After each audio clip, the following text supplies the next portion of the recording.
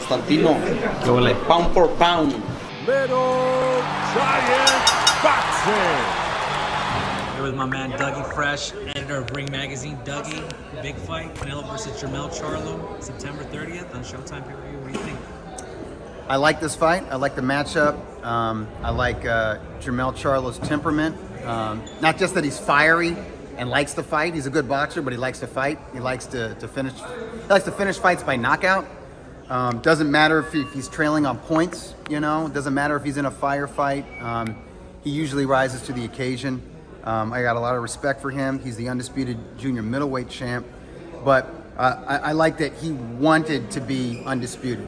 And I like that he's taken this leap. You know, he's skipping over the middleweight division to super middleweight. And you don't see that very often. Not from a reigning champion going up, you know, skipping, leapfrogging an entire division to fight the reigning champion there. You can go back 85 years, 1938, Henry Armstrong, he was the featherweight champion. This is back when there was just 8 divisions in boxing. Henry Armstrong was the featherweight champion. Yeah, and he challenged the welterweight champion, Barney Ross, and he won. So by the end of 1938, he was the welterweight and featherweight champion of the world. Like, that's a boss move. And even it's a boss move even if you're not the reigning champion. Like, I think Shane Mosley abdicated his IBF lightweight title and then skipped over 140 and started campaigning at 147 just to challenge Oscar De La Hoya. But it wasn't in his first fight at 147. He had like 2 fights at 147, and then he got the fight with Oscar De La Hoya. Just off the top of my head, like Bernard Hopkins, after he lost the middleweight championship to Jermaine Taylor, he leapfrogged 168 and went right to light heavyweight and took on Antonio Tarver. So those are boss moves. Those are the moves of Hall of Famers and all-time greats. So I like that. I like that Jermell is taking that challenge, and my hope is that it will ignite something in Canelo, because the last couple of fights I've seen of Canelo, he's getting the job done, but I'm not seeing that fire. Like, the edge isn't there. Like, yeah, he beat Gennady Golovkin in their third fight, but it looked like a gentleman's agreement, right? It looked like they were going through the motions. Yo, let's make this money. We don't have to fight as hard as we did in that rematch, right? You know, and they didn't. And the fight with John Ryder, I know Ryder's a tough guy, and sometimes you get in there with a dude that just refuses to be knocked out, and it was a bloodbath, and Canelo won the fight handily, but I'm not really judging that. Was just like looking at his body, not his body language, but like he just didn't seem as quick with the trigger, and even like his physique wasn't quite as toned, wasn't quite as cut.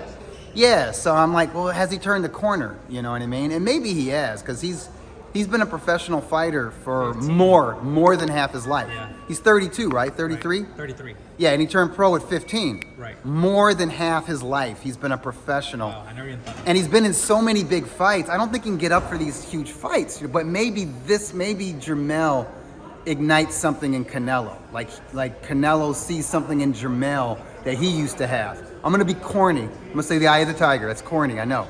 But that sort of thing, that kind of fire in the belly sort of thing, and I hope we get a good fight. It's not just about huge events, and you know, anytime Canelo fights, it's a huge event. But the events have to live up to our expectations, right. And boxing's at its best when they surpass our expectations. How does the fight end?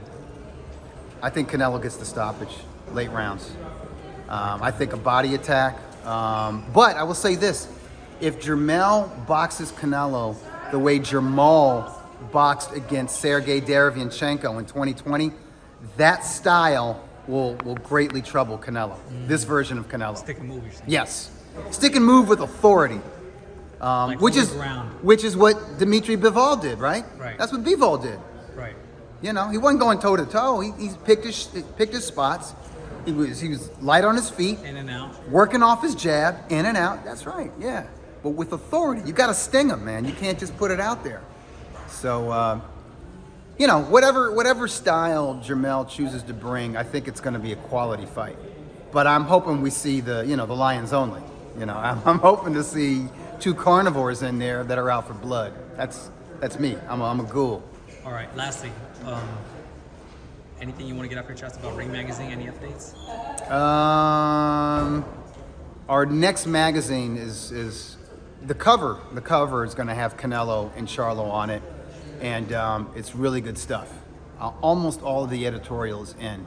So look for an announcement on a new app to access the magazine.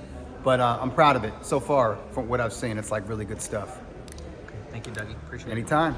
Little Giant Boxing.